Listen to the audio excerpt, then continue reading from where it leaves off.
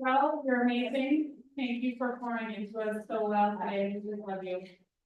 Such good stuff to take away. And you just have such a way of lighting a fire under everybody's push. I think we're all ready to take off and just run with this. So thank you again. My name is Shelley, for those of you that don't know me, and I am excited to share with you a bit today. My goal here is to help you become even better at bringing people into your team here at Plexus. So we're going to talk about recruiting, sales, recruiting sales. It's basically the same thing. And if this is something that you feel like you're struggling in or just don't have a natural talent for, I have great news for you. You're not alone, and it's a skill set, which means what? It can be learned for anybody. I didn't come in here with a natural skill set in sales. In fact, I tried several different companies before this and it was kind of, okay, I won't call it colossal failure, but I did not do well in those businesses. It was not my area of expertise. So I didn't come into this company or business with the background of knowing what I was doing in sales recruiting. I had zero desire to be involved in the opportunity side of things when I got started because I really didn't think I could do this. I was not a salesperson, and I really thought that there were certain types of people, certain personality types that could be good at this, and that wasn't me. I'm an introvert. I like to connect one-on-one with people, but I like to talk about feelings and comfortable things for me, you know? But the products we have here made this whole thing feel very different than a salesy type thing to me. It truly was offering to give to others and it was changing lives. And adopting that mindset has made a huge difference. Over the last 7 years, I've been able to consistently recruit an average of about 5 to 6 people per month. And in my first year was recognized as a top 10 company-wide ambassador enrollments for the year. And I tell you this, not to be like, hey, check it out, but just to say that I can figure it out. And that you can figure it out too. And it's not a special thing that you're born with. You can work through this and get effective at it. So how did I do this? Lots of intention and excitement. Daily consistency. Staying organized with my business and my schedule and the systems that I follow. So I'm going to chat with you a bit about these things, but let's get real for a minute here. Little gut check. You're all here at Ruby Retreat. And you are here for a reason. You have either built a successful business, are currently building a successful business, or are about to start really working towards that successful business. You have goals. You have a vision. You have a passion for something different in your life. So what do you think it takes to build that successful business? It means taking ownership of your activity and your business, and it takes working it like an actual business. Not a plan B, not a side hustle. If you want to grow a 6-figure income, you have to stop working it or working in the nooks and crannies and treating it like an actual job because that is what it is. Be intentional with your time. Set boundaries for your time. When it's work time, create an environment of focus, of commitment, of energy, and no interruptions, or limited interruptions. I do interruptions at home that come in my office all the time. It's okay, I love them, but we'll try and set boundaries around that. And when I built my business to Jewel, I was working a full-time job, guys, and I had twins that were a year old. I had no choice, but actually I did have a choice.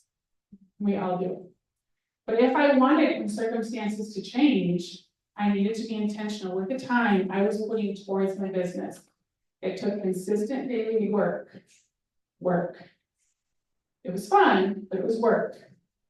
And for me, that typically meant using my lunch hours and then another 3 hours after I put the babies down to sleep at night. And then it meant working on weekends too. My husband also knew what I was working towards, and so he was really great about pitching in with the household duties and the parenting, which of course that's expected. And those conversations are super important, guys. Have those talks. Get your spouse and family on board. Share that vision. In fact, create the vision together so you can all be excited and work together towards your common goal. now that I've been able to retire from the full-time job, thank you Plexus, thank you Jesus, it requires a different kind of intention. I have more time in my day to schedule differently, but it still demands consistency and focus and time blocking when I'm going to sit down and work my business. I can very easily get distracted with my household duties or anything around me for that matter. So I have to plan out my day in my planner. I stick by it, I live by it, my whole life is in my planner. If it goes missing, you're all gonna find it for me, so. I want to challenge you though, to time block your days. It will make such a difference in your activity, it's gonna make a difference in your focus, and you're gonna be amazed at what you can actually accomplish when you write out your time, see how it's being used, and then stick to that time that you have dedicated for your business. In fact, when you get home this weekend, I want to challenge you to just time block your week. If it's not doable with your schedule, at least do it on a day-by-day basis and just see what that looks like for you. Do it every night. It's going to make a difference. Okay. I want to get into a few tips on how to consistently recruit each month. We all know that the fortune is in the follow-up, right? So let's start there. First, I want you to ask yourself, are you following up like a professional? Or are you following up like a fearful friend? You know what I mean, don't you?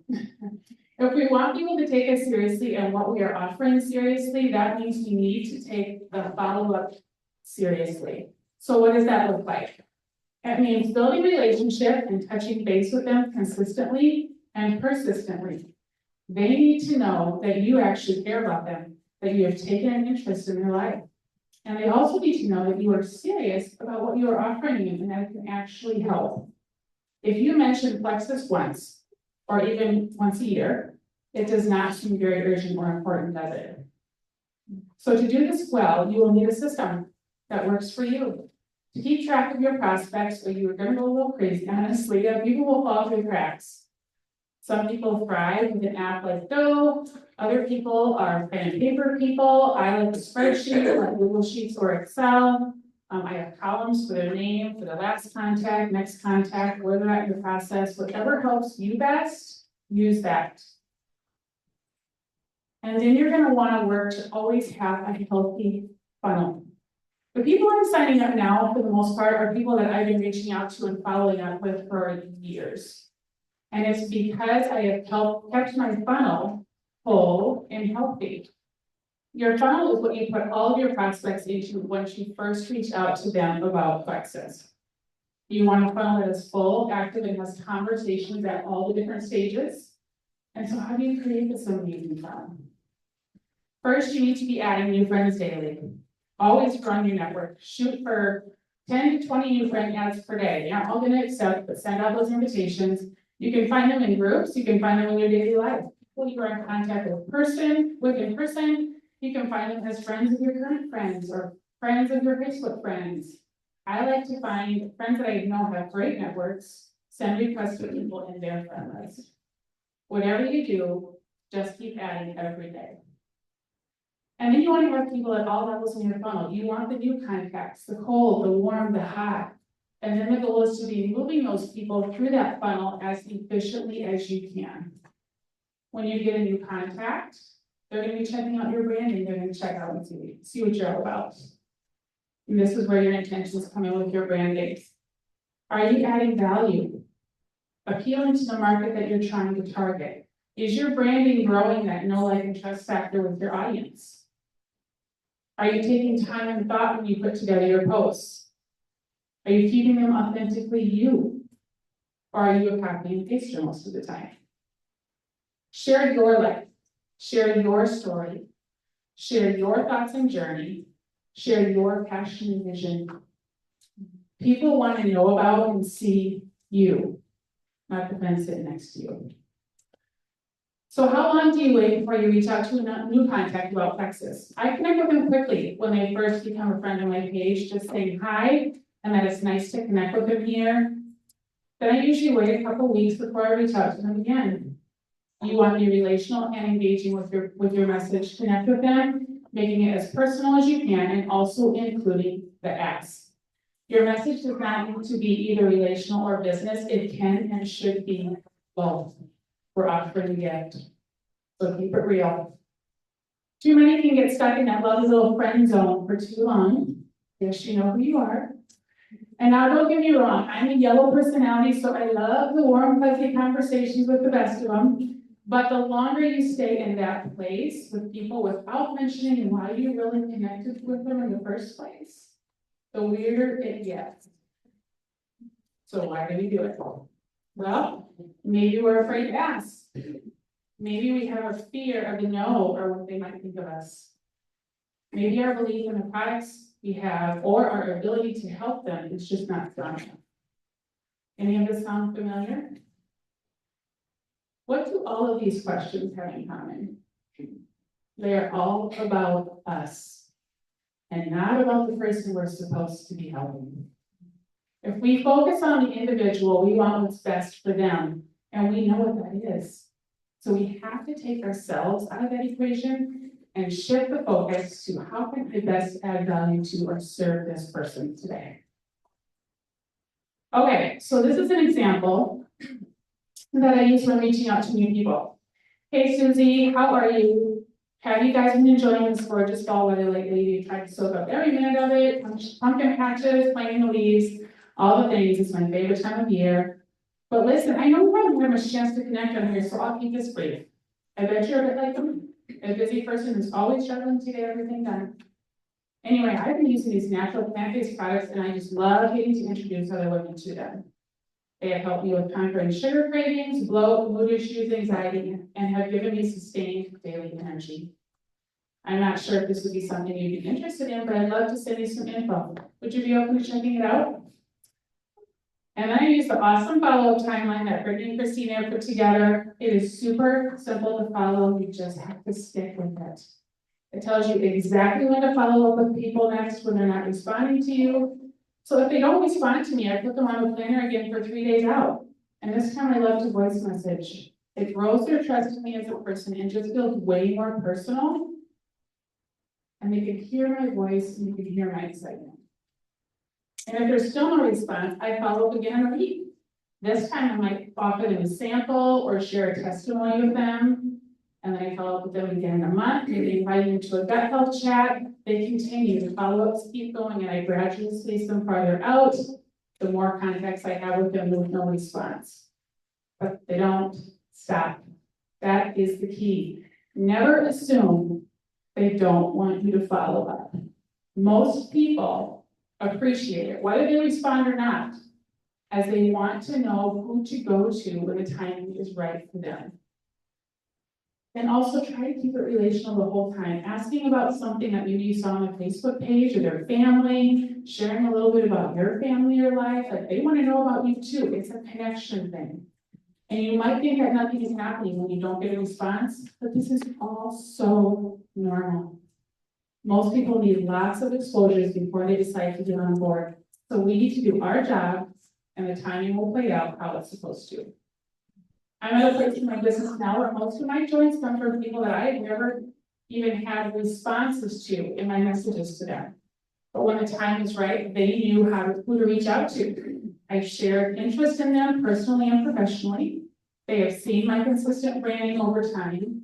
And they feel comfortable trusting me to take the next steps because I have been consistent and I'm serious about Texas. I'm serious about helping them and they see that.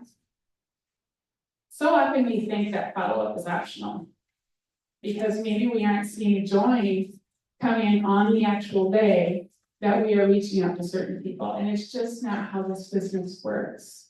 It really is the long game, folks. And if you work on your follow-up skills and your timeline, you will see that business move forward. Another quick thought on this. You can't just have 3 to 4 people that you're following up with in your time. Sometimes you're waiting on those 3 or 4 with the other ones. Newsflash, they're not the ones. I mean, maybe sometimes, but a lot of times the ones that we think are going to jump on board are not. So keep going. And I have to say this too. We want to pull overflowing funnel. Lots of new reach outs, even more follow-ups. Guys, some of you are gonna like this, but 5 follow-ups per day is not enough. I'm sorry. If you are treating this like a business and you are working it like a job and you want a six-figure income, which I believe that most of us in this room are after, because y'all are leaders. You are shooting for at least 10 to 20 follow-ups per day. And you want to cover all the levels of your funnel. Personally, I like to do 5 reach outs. I'll do 5 cold market, 5 warm market, and then 5 hot. And I use this work system. It's consistently giving me good recruitment numbers. So within the tracking system, a person moves from cold to warm when they engage in any sort of conversation with me. And then they move to hot when we've had conversation regarding flexes, where they've shown any interest, maybe I've shared some third-party tools, maybe made some recommendations for them. And then I keep the active conversations and what I call the super hot conversations in my planners. So I make sure that they are not falling through the cracks. And in regards to your active conversations, if they're interested, do not send them information and then wait a couple days before checking back in with them. Unless you have an appointment time set up, which I also highly recommend, working from appointment to appointment. If you're sending them info to check out, they're interested now. So you want to be as present as you can. Ask them if you can check back with them later today, or if blank time works better for them. You can get their commitment to it, and then you are committed to that as well. You're acting like a professional. I think part of the issue with follow-up is that there's just too much time that goes by in between contacts that are actually interested, and then their interest just kind of fades away. They have other things going on in their life, guys, and they don't sense an excitement or an urgency from us, so it's not going to be important to them either. If it's not our priority, why should it be theirs? Plus, they are usually already skeptical, so we really have to instill that urgency, excitement, and passion in what it can do to change their life. Someone shared an analogy on this before, and it's perfect. Pretend that this person is in the car with you. You have their attention. You have a captive audience. Do not let them get out of the car until you have asked for the close. So let's say a prospect is interested in hearing more about Plexus. What do you do next? Well, I like to ask first what they struggle with, so I can send them the information that would be most helpful for them. I also give them some examples of issues that I used to struggle with that maybe they can relate to. When I share what they're struggling with, I relate to them and then get a little bit more curious, asking another question or two about the situation, maybe asking about their sleep or if they have any digestive issues. And when they respond, I relate to them again. And then I share another person's story that they will relate to. I make sure they are feeling heard each time I respond, but also giving them hope that they are in the right place. So then I send the story over. I give it several minutes and then pop back in there and ask if they can relate to any of the story and offer to share a product recommendation that helped this person and that would best help the things that they're struggling with as well. If yes, I will usually voice message about 3 options of combos that are the best fit. And usually a short video that shares how those 4 products they need actually work together to heal. Like the triplex video or the Fab 4 video. The 3 options that I mentioned, I kind of label as the deluxe, the super combo, or the basic combo. And that can look like, depending on the person, but a lot of times it's the triplex and trim, the triplex plus ease, or just the triplex. Sometimes they will respond to the recommendation. I have had people say, yep, let's do this at that point. I'm like, that was so easy. But many times they are waiting for you to continue on. So always assume the best, the positive response. Don't go to a place of thinking you are annoying them or being pushy.